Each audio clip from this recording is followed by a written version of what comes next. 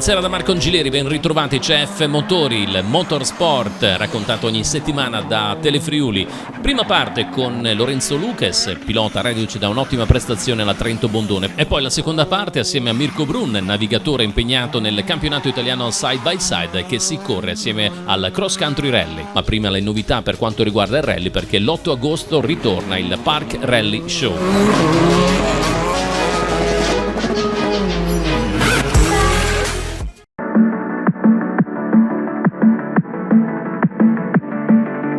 Novità per gli appassionati dei rally su terra. Domenica 8 agosto ritorna il Park Rally Show a San Filippo, località sul confine tra Friuli e Veneto, nel comune di San Michele al Tagliamento, a pochi chilometri da Bibione. Un'occasione unica nel suo genere in Italia, con piloti, navigatori e tecnici impegnati per l'intera giornata con vetture da rally e prototipi di autocross. Per il Park Rally Show verrà preparato un circuito su terra di 1,5 km con un fondo scorrevole compatto, privo di sassi, con una larghezza che varia dai 5 agli 8 metri. Dalla mattinata il via allo spettacolare evento che impegnerà per l'intera giornata team con vetture R5, gruppi N, gruppi A, Super 1600, vetture da autocross e rallycross. Atteso un pubblico delle grandi occasioni che potrà assistere allo spettacolo dalle ampie tribune naturali a bordo tracciato. Si potrà respirare aria di motorsport anche nelle aree adiacenti al circuito, dove verranno predisposti appositi spazi per il posizionamento delle strutture tecniche dei vari team. Appuntamento perciò per gli amanti del controsterzo e delle 4 ruote di traverso domenica 8 agosto a San Filippo.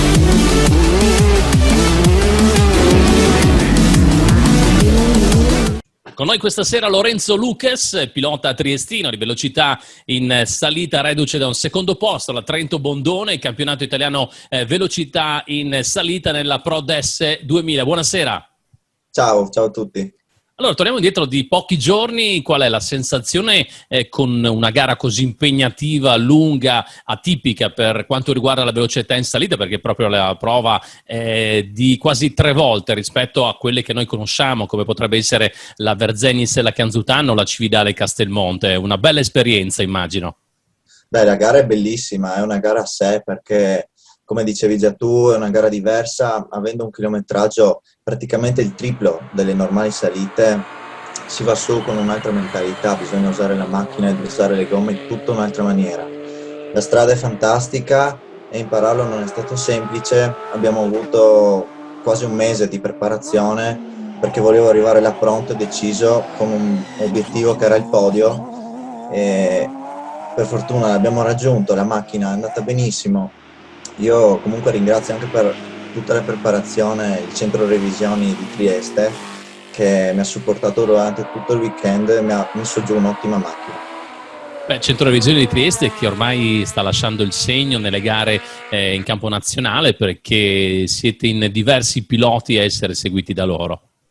Sì, siamo io, Carmelo Fusaro, Alberto Agosti, nella maggior parte delle salite. Diciamo che noi partecipiamo al TVM, quindi al Trofeo Italiano Velocità Montagna, più qualche gara del Campionato Italiano Velocità Montagna. Nelle 3 gare che abbiamo fatto quest'anno, ovvero Salita del Costo, Verzenis e la Chianzuttana e Trento Bondone, abbiamo fatto degli ottimi risultati. Non parlo solo per me, ma parlo anche per gli altri 2 piloti che sono andati benissimo. Abbiamo praticamente quasi sempre fatto il podio.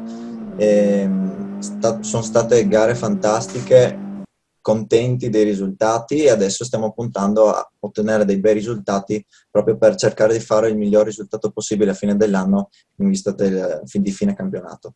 Come sta andando adesso in classifica di campionato appunto del TVM, cioè il Trofeo Nazionale di Velocità in Montagna? Come sei messo? Attualmente sono secondo nella generale. C'è da dire anche che purtroppo ho saltato una gara, ovvero Val Camonica, che era circa 3 settimane fa.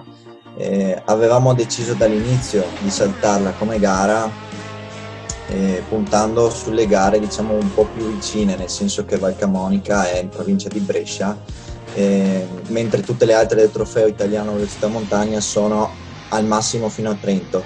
Quindi stiamo parlando, ad esempio, le prossime gare sono l'Alpe del Nevegal l'8 di agosto, dopo faremo la Pedavena a Crocedaune e a fine anno chiuderemo con Cividale Castelmonte. Quindi siamo fiduciosi di poter ottenere ancora bellissimi risultati e si spera in un ottimo risultato in vista del campionato.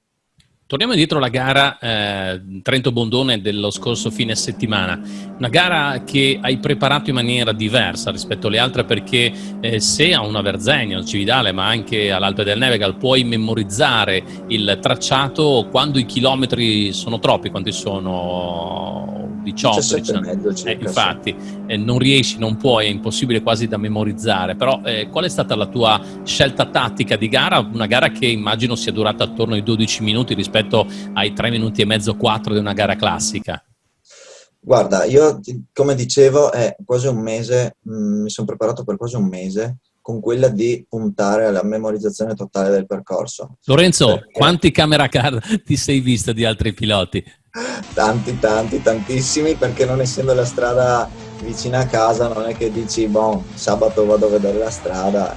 Quindi mi sono visto un sacco di camera car, l'ho provata mentalmente anche a immaginarmela la strada più volte, perché ti dico, io volevo arrivare là preparato e pronto con un obiettivo che era il podio, non dico la vittoria perché il primo anno lì è veramente dura, e poi avendo degli avversari di tutto rispetto non si può pretendere sempre di vincere.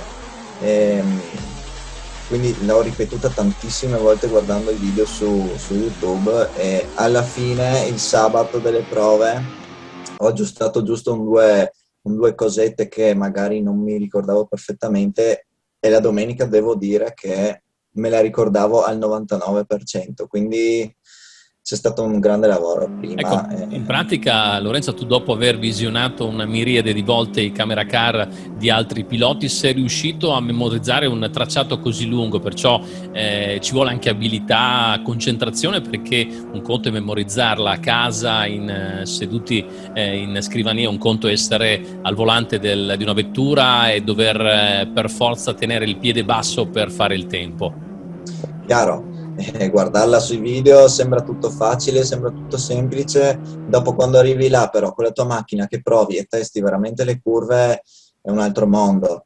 Io della mia macchina mi fido, abbiamo fatto un bellissimo assetto, Ecco, scusa quindi... se ti interrompo, parliamo della tua macchina, diamo anche delle caratteristiche agli amici a casa.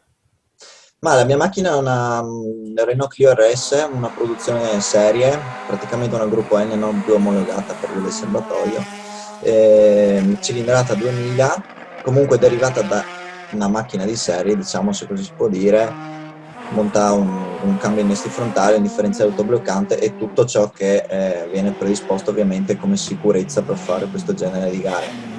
La Diciamo macchina che è... nel rally saresti una N3, diciamo, Esatto, un N3, sì.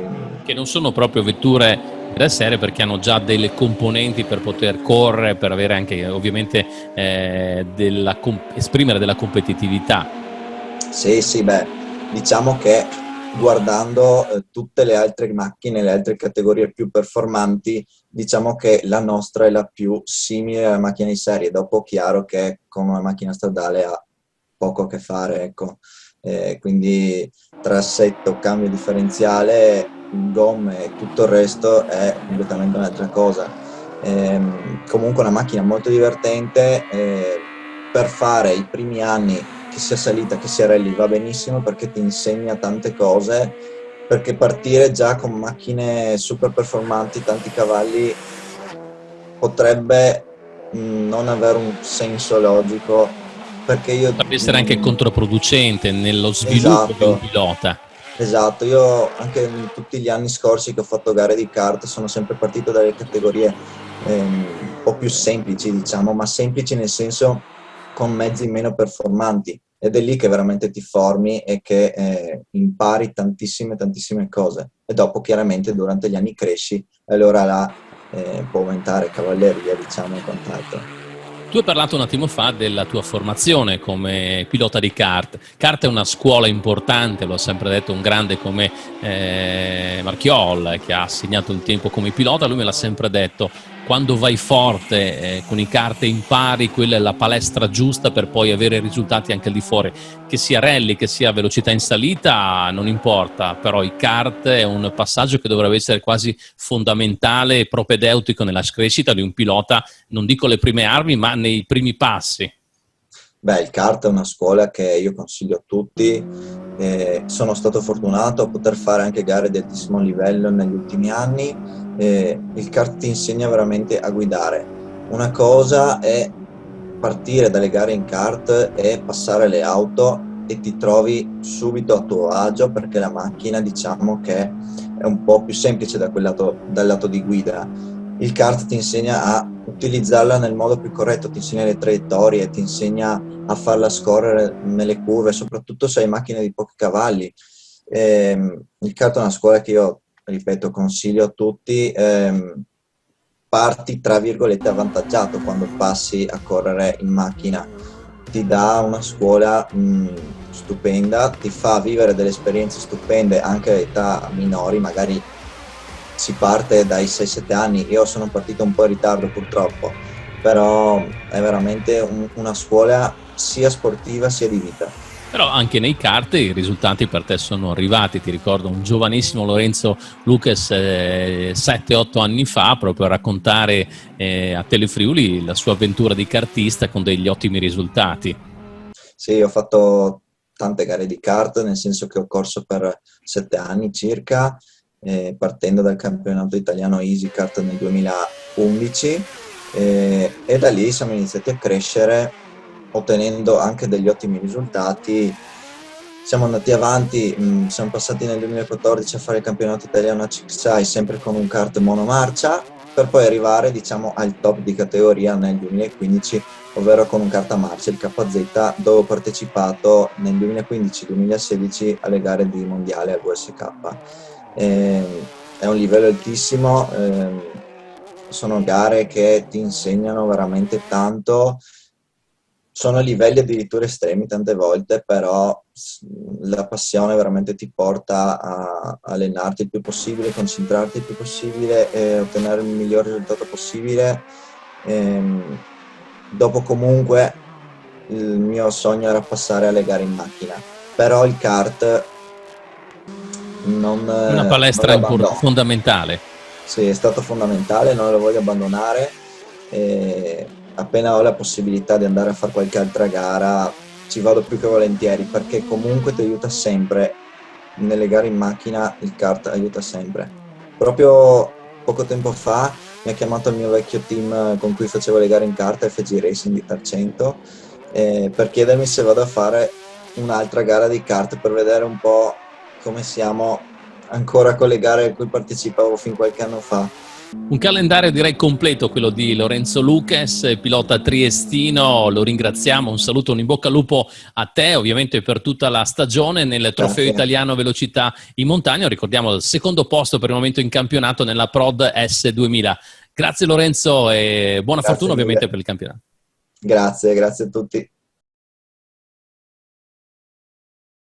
Buonasera Mirko Brun, 21enne di Cordenons, navigatore nel cross country rally specialità side by side. Torniamo indietro di qualche mese, marzo 2021, eri un giovane appassionato dell'off-road, ma nulla di più. Poi per caso è nata questa, come dire, collaborazione con Amerigo Ventura, ma raccontaci te come è nata e soprattutto poi come è continuato con questa attività che ti porta a gareggiare nel campionato italiano.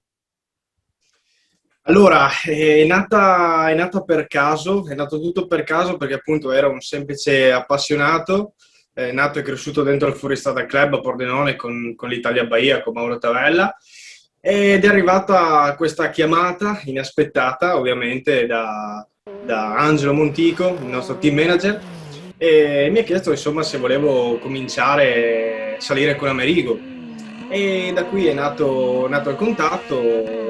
Ho detto che era la mia occasione, quindi sono voluto salire, non ho voluto dire di no, ero un po' titubante all'inizio, però dopo mi sono fatto forza e abbiamo cominciato così. Abbiamo cominciato con l'Italian Bahia e dopo Amerigo appunto ha voluto che continuassi con lui per gli appuntamenti successivi e adesso siamo qui con lui, insomma, insieme. Beh, ricordiamo che Amerigo Ventura ha un palmarès importante. Lui prima di salire sul side by side è stato campione del mondo Bahia TT con i quad, perciò ha così un bel palmarès. Di conseguenza immagino per te sia stata una responsabilità navigarlo all'inizio, quando dovevi muoverti per le prime esperienze. Immagino sia stata un'emozione non da poco. No, per niente, anche perché oltre ai quad lui è attualmente campione italiano anche drifting e precedentemente side by side nell'italiano, e appunto all'inizio avevo questo timore di salire con lui, perché comunque le mie prime gare, salire con un pilota del genere, non ero così tanto sicuro, però dai, pensavo peggio. Spiegaci i primi approcci con la navigazione con il side by side. Non è facile perché chiaramente sono dei mezzi aperti, 1000 più o meno di cilindrata, non mancano i cavalli, tanta potenza, perché spesso mettete dietro anche dei prototipi del cross country rally per dare un'idea di quanto vanno forte. È un mezzo sicuramente potentissimo.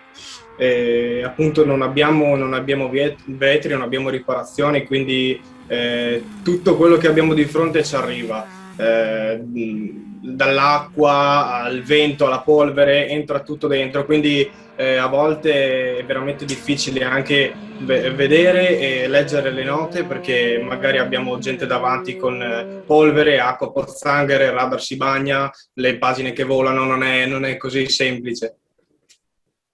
E però le esperienze vengono dopo la buona prova vostra all'Italian Bahia a marzo. C'è stata poi la Sardegna, lì è cambiato completamente lo scenario di gara. Sì, purtroppo in Sardegna stavamo andando bene, a dire la verità, stavamo andando veramente bene, però dopo abbiamo avuto questa penalità non chiarissima per metà. È stata per molti la penalità, mi sembra. Molti questa penalità che ci ha praticamente escluso dalla gara, perché eravamo secondi assoluti e eravamo lì nel primo posto a lottare, ecco. Però questa penalità ci ha rallentato, ci ha ovviamente esclusi dalla gara in un attimo. Senti, la stagione come continua? Perché c'è stato tra l'altro anche San Marino e prima di San Marino l'Adriatico, perciò prove classiche che hanno poco dell'Italian Bahia. Poi parleremo anche del vero Italian Bahia, quello che arriverà a settembre. Perciò San Marino Adriatico immagino sia più apprezzato almeno dai tuoi colleghi piloti e navigatori l'Adriatico, quello che è stato appunto l'appuntamento di campionato italiano. Sì, abbiamo queste gare dove corriamo in coda ai rally, che ovviamente non c'entra quasi niente con il cross country. Corriamo con le note, quindi uno stile di corsa completamente diverso dal solito, che comunque a me piace.